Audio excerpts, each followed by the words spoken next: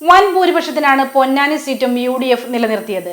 പൊന്നാനിയിൽ ലീഡ് കുറയുമെന്ന അഭ്യൂഹങ്ങൾക്കിടയിലും 2,36,518 വോട്ടിന്റെ ഭൂരിപക്ഷത്തിനാണ് UDF സ്ഥാനാർത്ഥി MP അബ്ദുസമദ് സമദാനി വിജയിച്ചത്. തിരു SSM പോളിടെക്നിക്കിൽ നടന്ന പൊന്നാനി മണ്ഡലം ലോക്സഭാ തെരഞ്ഞെടുപ്പിന്റെ വോട്ടെണ്ണലിൽ തുടക്കം മുതൽ തന്നെ വ്യക്തമായ ലീഡാണ് UDF സ്ഥാനാർത്ഥി അബ്ദുസമദ് സമദാനി നിലനിർത്തിയത്. ആദ്യ റൗണ്ടിന് തന്നെ 21,134 വോട്ടിന്റെ ഭൂരിപക്ഷമാണ് അബ്ദുസമദ് സമദാനി നേടിയത്. തുടർന്ന് UDF സ്ഥാനാർത്ഥിയുടെ തേരോട്ടമായിരുന്നു വോട്ടെണ്ണൽ ഉടനീളം കാണാനായത്. രാവിലെ 10 മണിയോടെ ലീഡ് നില 47,260 ഉയർന്നു. 11 മണിയോടെ ഇത് 58,522 ഉയരുകയും ചെയ്തു. രാവിലെ 11 ഇത് 80,631 ഉയർന്നു.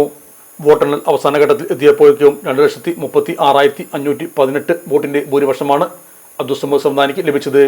5,40,403 വോട്ടാണ് സമദാനി നേടിയത്.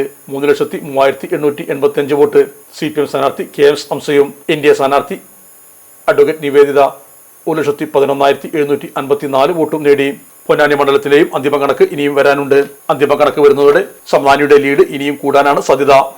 Sahara golden diamonds, Kottappadi, Malappuram. Phone 9744 912 916.